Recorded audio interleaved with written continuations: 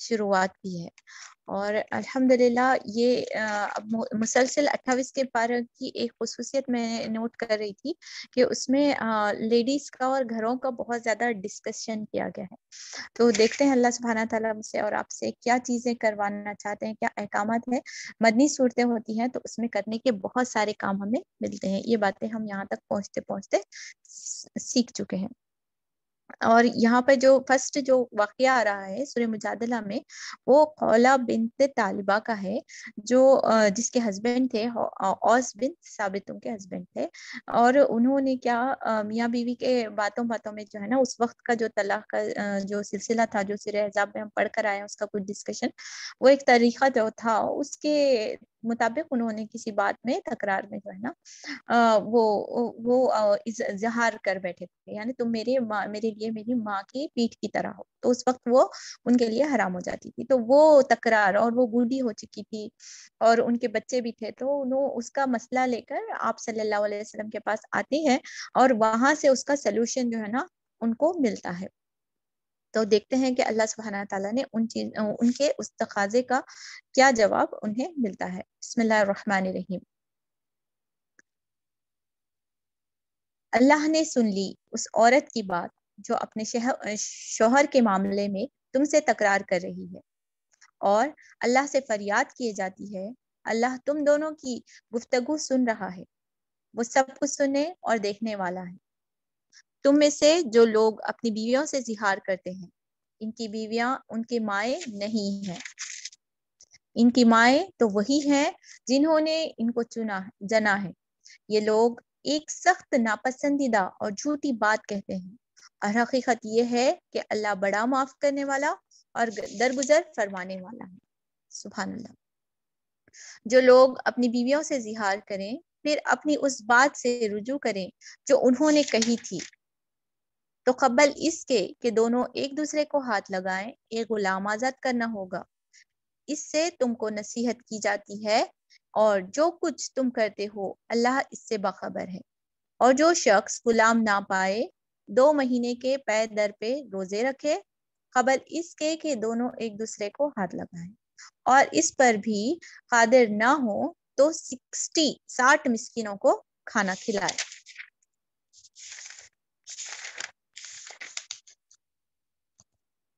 یہ حکم اس لیے دیا جا رہا ہے کہ تم اللہ اور اس کے رسول پر ایمان لاؤ. یہ اللہ کی مقرر کی ہوئی حدیں ہیں, اور کافروں کے لیے دردناک سزا ہے. جو لوگ اللہ اور رسول کی مخالفت کرتے ہیں وہ اسی طرح ذلیل و خوار کیے جائیں گے جس طرح اس سے پہلے کے لوگ ذلیل و خوار کیے گئے ہیں. ہم نے صاف صاف آیت نازل کر دی ہیں, اور کافروں کے لیے ذلت کا عذاب ہے. اس دن یہ ذلت کا عذاب ہونا ہے جب اللہ ان سب کو پھر سے زندہ کر کے اٹھائے گا, اور انہیں بتا دے گا کہ وہ کیا کچھ کر کے آئے ہیں. وہ بھول گئے ہیں, مگر اللہ نے ان کا سب کیا دھرا گن کر محفوظ کر رکھا ہے, اور اللہ ایک ایک چیز پر شاہد ہے. سبحان اللہ. یہ فرسٹ رکوع ہے سورہ کا, جس میں ہم دیکھتے ہیں نقطہ کیا کیا ڈسکس ہوا ہے. وہ واقعہ تو ہم کو ایک شارٹ میں پتہ چل چکا ہے, ابھی سیرہ پڑھیں گے تو انشاءاللہ اور بھی ڈیٹیل میں آئے گا, اور جو پڑھنا چاہ رہے ہیں فی الوقت بھی جو تفسیر دیکھ لیں اس کا پورا واقعہ یہاں پر ڈسکس ہے. بہرحال ہم یہاں پر دیکھتے ہیں عمل کے پہلو سے کیا کیا باتیں بتائی گئی ہیں. سب سے پہلے تو قد سمع اللہ قول التی تجادلک, یہاں پر جو بات بتائی گئی ہے کہ اللہ سبحانہ تعالیٰ نے اس عورت کی بات سن لی. حضرت عائشہ فرماتی ہیں کہ جب حضرت خولہ تشریف لائی تھی اور آپ صلی اللہ علیہ وسلم سے مخاطب تھی, تو یعنی ایک وسپرنگ ساؤنڈ حضرت عائشہ کو سنائی دے رہا تھا, بٹ کلیئرلی سمجھ نہیں پا رہی تھی کہ وہ آپ صلی اللہ علیہ وسلم سے کس بات پر مجادلہ یعنی تکرار کر رہی تھی. تو بعد میں جب آسمانوں سے وحی نازل ہوتی ہے تو حضرت عائشہ فرماتی ہیں کہ میں بازو رہ کر نہیں سن پائی, میں بازو رہ کر آپ صلی اللہ علیہ وسلم کی اور حضرت خولہ کی بات نہیں سن پائی, لیکن اللہ نے 7ویں آسمان سے ان کو سن بھی لیا اور اس کا جواب بھی. آیت کی اختتام پہ دیکھ لیجئے, ان اللہ سمیع بصیر, ایک خوشی کا پیغام. کوئی دیکھے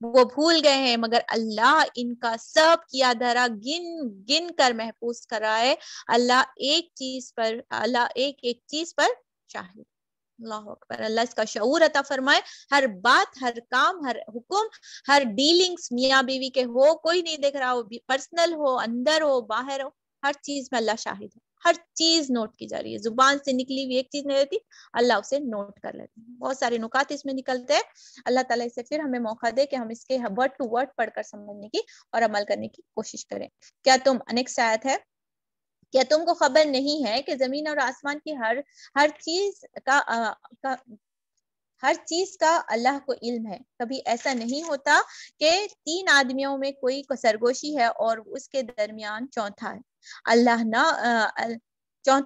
نہ ہو، یا 5 آدمیوں میں سرگوشی ہو اور اس کے اندر چھٹا اللہ نہ ہو. کبھی امیجن کریے، خفیہ بات کرنے والے خواہ اس سے کم ہو یا زیادہ ہو، جہاں کہیں بھی وہ اللہ ان کے ساتھ ہے. پرسنل ڈسکشنز میں کبھی بھی زیادہ خیر کی باتیں نہیں ہوتی.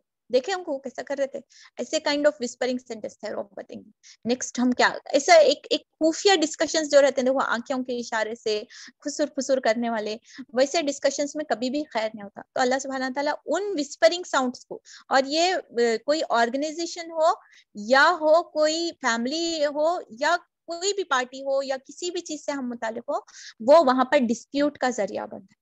اس طریقے سے اللہ تعالیٰ بول رہے ہیں ایسا کوئی بھی منہ سے نکلنے سے پہلے یاد رکھنا ہم دونوں سن رہے نہیں، تھرڈ شخصیت ہے وہ اللہ سبحانہ تعالیٰ.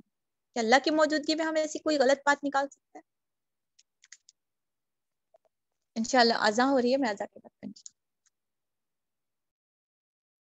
اسپیشلی جب ہم کلوز فرینڈ یا کلوز سسٹرز کے ساتھ ہوتے ہیں، اپنے جس کو اپنا سمجھتے ہیں نا، تو وہاں پر ہمارا حجاب ختم ہو جاتا ہے اور ہم حدود کے خلاف جو ہے نا بات کرنے لگتے ہیں. اس وقت اس پردے کو قائم رکھنے کے لیے یہ فیلنگ ہمارے اندر آ جانا چاہیے. سورہ مجادلہ کی آیت نمبر 7 میں جو اللہ تعالیٰ نے ہم سب سے بتا دیے ہیں کہ کوئی بھی ہم بات کرے ہو تو اللہ کی پریزنس کو محسوس کریں. کیسا خوف ہوتا، ممی سن رہے، ٹیچر سن رہے، یہ کیسے فیلنگس ہوتے ہیں؟ ہاں فلاں شخص سن رہا، تو یہ اللہ سن رہا ہے. اور اللہ سبحانہ تعالیٰ کا سننا سب سے زیادہ، کیونکہ وہی حساب لینے والا، سب سے زیادہ خطرناک ہمارے لیے ثابت ہے.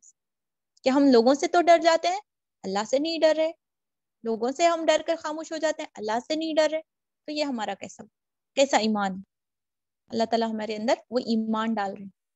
پھر قیامت کے روز وہ ان کو بتا دے گا کہ انہوں نے کیا کچھ کیا تھا. انسان سنے، انسانوں سے معافی ہو گئی، سب انہوں بھول سکتے ہیں. اللہ بھولنے والا نہیں، اس کے پاس ڈاکومنٹس ڈیلیٹ نہیں ہوتے. unless and until ہم ریگریٹ کریں، ہم استغفار کریں. اللہ ہر چیز کا علم رکھتا ہے. کیا تم نے دیکھا نہیں کہ ان لوگوں کو جنہیں سرگوشیاں کرنے سے منع کیا گیا تھا، پھر بھی وہ وہی حرکت کیے جاتے ہیں کہ جس سے انہیں منع کیا گیا تھا. نجوا ورڈ ہائی لائٹ کو کر لیجئے. نجوا ایک ایسا کیڑا ہے، جو ایسا ناسور ہے جو جسم کو کھوکھلا کر دیتا ہے. ایسا کیڑا ہے جو لکڑی کو پھوکھل کر اندر سے جو ہے نا خالی کر دیتا ہے، ایک دم بیس لیس بنا دیتا ہے. اور ایک آرگنائزیشن میں یا ایک فیملی میں آ جاتا ہے تو وہ فیملی کو، وہ آرگنائزیشن کو ٹوٹ پھوٹ کر دیتا ہے.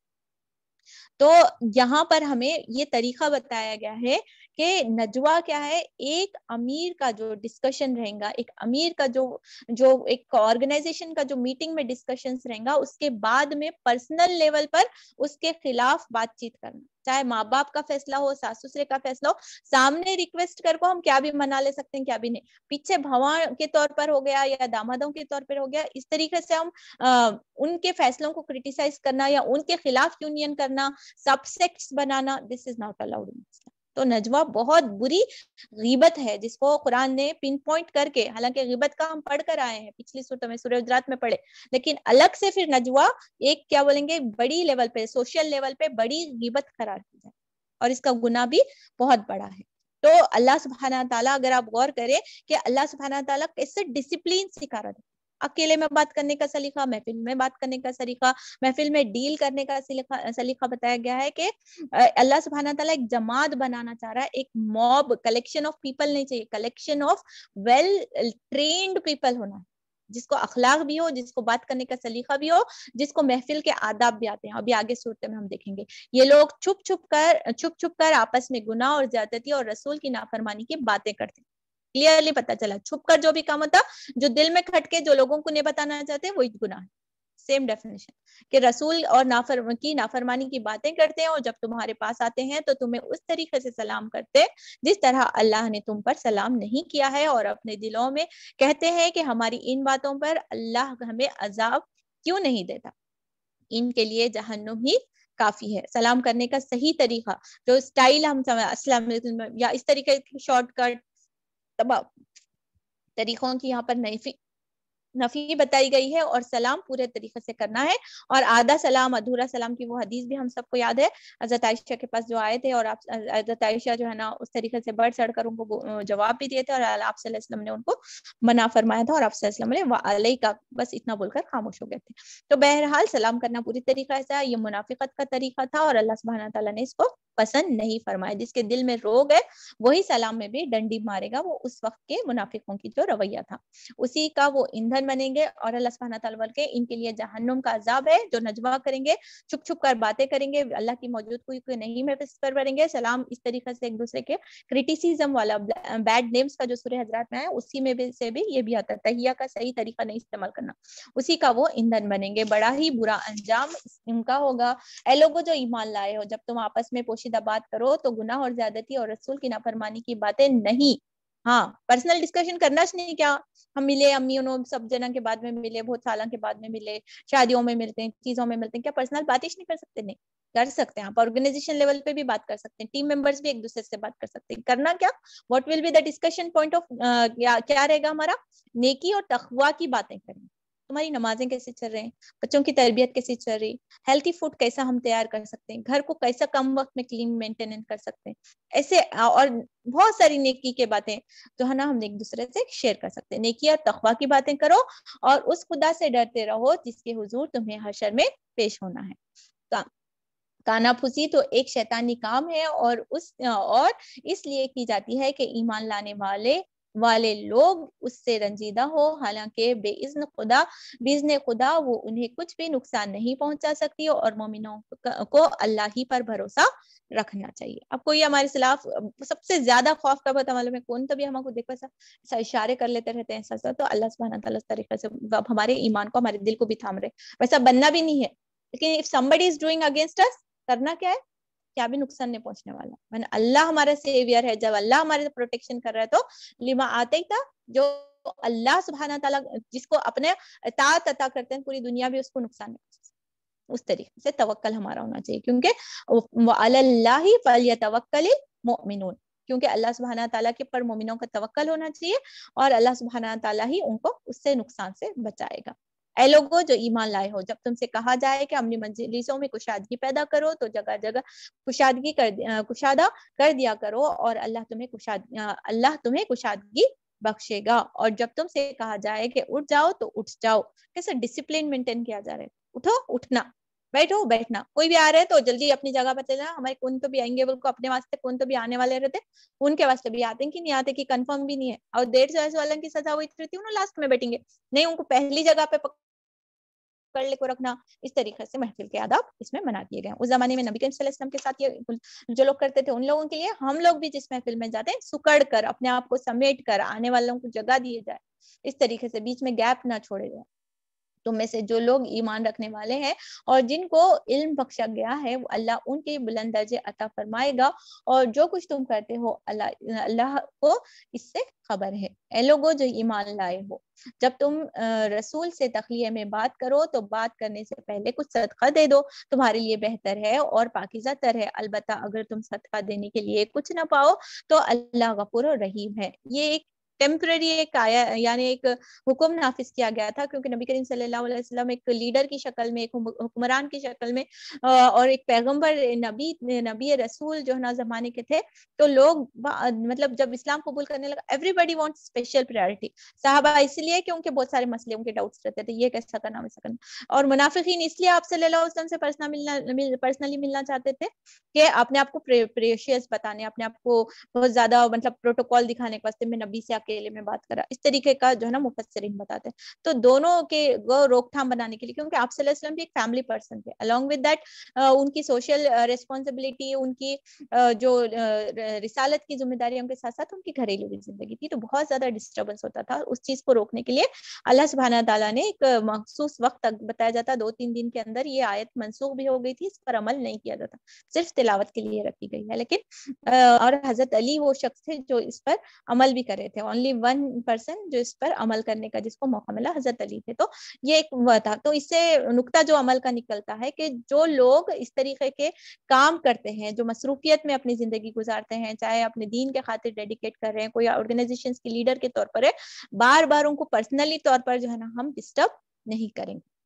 جو بھی رابطے کرنے ہیں ہم ایک ڈسپلن کے ساتھ پرسنلی طور پر جو ہے نا تنگ کرنے کی کوشش نہیں کی جائے گی.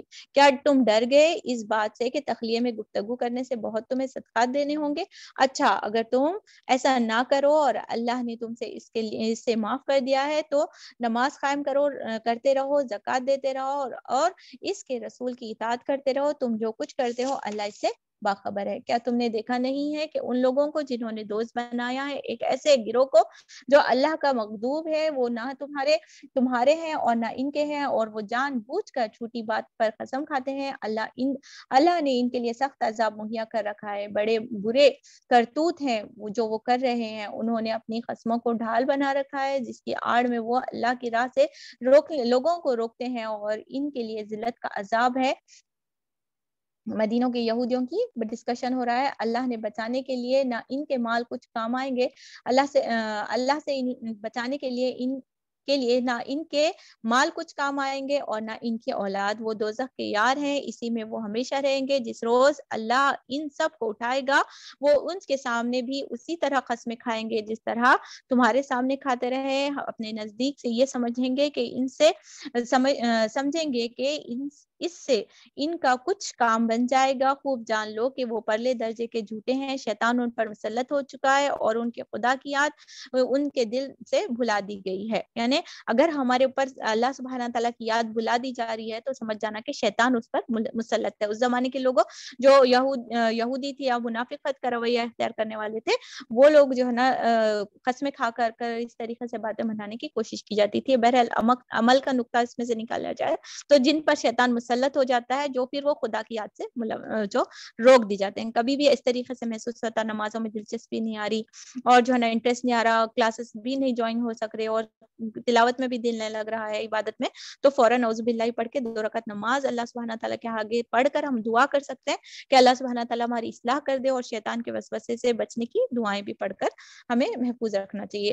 وہ شیطان کی پارٹی کے لوگ ہیں, خبردار رہو. شیطان کی پارٹی والے ہی خسارے میں رہنے والے ہیں. یقیناً ذلیل ترین مخلوق میں سے ہیں وہ لوگ جو اللہ اس کے رسول کا مقابلہ کرتے ہیں. اللہ نے لکھ دیا ہے کہ میں اور میرے رسول غالب ہو کر رہیں گے. فی الواقع اللہ زبردست اور زوراور ہے. تم کبھی یہ نہ پاؤ گے کہ جو لوگ اللہ اور آخرت پر ایمان رکھنے والے ہیں وہ ان لوگوں کی محبت کرتے ہو جنہوں نے اللہ اور اس کے رسول کی مخالفت کی ہو, خواہ وہ ان کے باپ ہو یا ان کے بیٹے ہو یا ان کے بھائی ہو یا ان کے اہل خاندان ہو. وہ لوگ ہیں جن کے دلوں میں اللہ نے ایمان ثبت کر دیا ہے, اپنی طرف سے ایک روح عطا کر کے ان کی قوت بخشی ہے, اور وہ ان کو ایسی جنتوں میں داخل کرے گا جن کے نیچے نہریں بہتی ہوں گی اور ان میں وہ ہمیشہ رہیں گے. اللہ ان سے راضی ہوا اور وہ اللہ سے راضی ہوئے. وہ اللہ کے پارٹی کے لوگ ہیں, خبردار رہو اللہ کی پارٹی کے والے ہی کامیاب ہوں گے. پیچھے حزب الشیطان کی بات ہو چکی ہے, یعنی شیطان کی پارٹی والے کیسے رہتے ہیں, قسمیں کھا کر خوب باتیں منانے والے ہیں اور جو ہے نا اللہ کے ذکر سے روکنے والے ہیں. یہ تمام لوگوں کو اللہ سبحانہ تعالیٰ نے شیطان کی پارٹی والے بتایا گیا ہے, اور ان کی کتنی بھی پلاننگ رہنے کیا بھی رہنے, اللہ تعالیٰ صرف اور صرف مومنوں کو عزت دینے اور انہی کے کامیاب ہونے کی بات بتائی گئی ہے. اور قوی العزیز زبردست اور زور آور ہے اللہ ان کے حساب لینے کے لیے. آیت نمبر 21 کے اختتام پر آیت نمبر 22 میں پھر کردار مومن بتایا گیا ہے کہ اشد حب اللہ والا کیریکٹر اللہ تعالیٰ بتائے کہ جو بھی ایمان والے رکھتے ہیں, اللہ سے محبت کرتے ہیں, ان اور جو رسول کی مخالفت کرنے والے, چاہے ان کے باپ ہو, چاہے ان کے بیٹے ہو, چاہے ان کے بھائی ہو یا اہل خاندان ہو, چاہے میکے والے ہو چاہے سسرال والے ہو, اگر اللہ کے رسول کے قرآن کی خلاف اور سنت کے خلاف کوئی بھی کام ہوگا, رسم و رواج ہوں گے, بدعت ہوں گے, تو ہم اس میں شرکت نہیں کریں گے. ہاں ہم کو حسن سلوک کرنا ہے, ہمارے کو اپنے ان کا صلہ رحمی نبھانا ہے, لیکن فار ٹائم بینگ جب وہ بدعت میں رہے گی ہم ان سے اپنے آپ کو الگ کر لیں گے. یہ اللہ سبحانہ تعالیٰ کی خاطر ہماری محبت کا ثبوت رہے گا کہ ہم اشد حب للہ والے ہیں. ہم نافرمانوں والوں کے ساتھ اس نافرمانی کے وقت ہم ان کے ساتھ, ادر دین دیٹ پھر ہم اپنا رابطہ صحیح کر لیں گے. ان میں ایسی, پھر اللہ تعالیٰ ان سے فرماتے ہیں وہ ان کے لیے ایسی جنتوں میں داخل کرے گا جن کے نیچے نہریں بہتی ہوں گی. اللہ تعالیٰ ہم سب کے لیے جنت کا فیصلہ فرمائے. اور یہاں پر حزب اللہ کے ان لوگوں کو جو اللہ کی چیزوں کو پرائرٹی کرتے ہیں, اللہ کو پرائرٹائز کرتے ہیں, نبی کریم صلی اللہ علیہ وسلم کو سنت کو پرائرٹائز کرتے ہیں ادر دین کہ دوسری چیزوں کو وہ فالو کرنے لگ جائیں, تو ویسے لوگوں کو اللہ سبحانہ تعالیٰ اپنی پارٹی کے لوگ کہہ رہا ہے اور فرماتے رضی اللہ عنہم ورضوا عنہ. وہ اللہ سے راضی. نفس سے مطمئنہ کی کیا شرائط ہے کہ وہ اللہ سے راضی, ایک دم کنٹینٹ. وٹ ایور اللہ سبحانہ تعالیٰ نے حکم دیا ہے, جو نعمتیں دی ہے, وہ اللہ پر ہم راضی ہو جائیں. کیسا پتہ چلتا کہ اللہ ہمارے سے راضی ہے کہ نہیں؟ کسی کا میں اسکالر کا یہ پڑھ رہی تھی کہ انہوں نے اپنا ریفرنس دیتے ہوئے کہا کہ مجھے کیسا پتہ چلتا کہ اللہ میرے سے راضی ہے کہ نہیں ہے. بولے تو اس کا ایک فارمولا یہ قرآن سے نکال کے, رضی اللہ عنہم ورضوا عنہ. وہ جب میں اللہ سبحانہ تعالیٰ کی دی ہوئی چیزوں پر راضی نہیں ہوں, میں اب سمجھتا ہوں کہ نہیں میں اور بھی اچھا ہو سکتا تھا, اور بھی بہتر ہو سکتا تھا, سمجھنا کہ اللہ سبحانہ تعالیٰ بھی میری طرف سے راضی نہیں.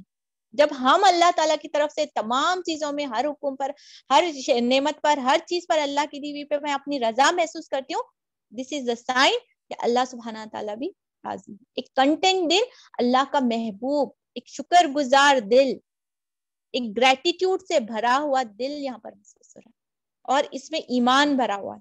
اور یہ چیز تمام چیزوں سے اس کو پرائرٹائز کرتی, کلین ہے, کسی کے واسطے بغض نہیں ہے, سب کو معاف کرنے والا, محفلوں میں نجوا کرنے والا نہیں, سوسائٹی میں پیس قائم کرنے والا. سی دا ماڈل اللہ سبحانہ تعالیٰ جو پریزنٹ کر رہے ہیں سورہ مجادلہ.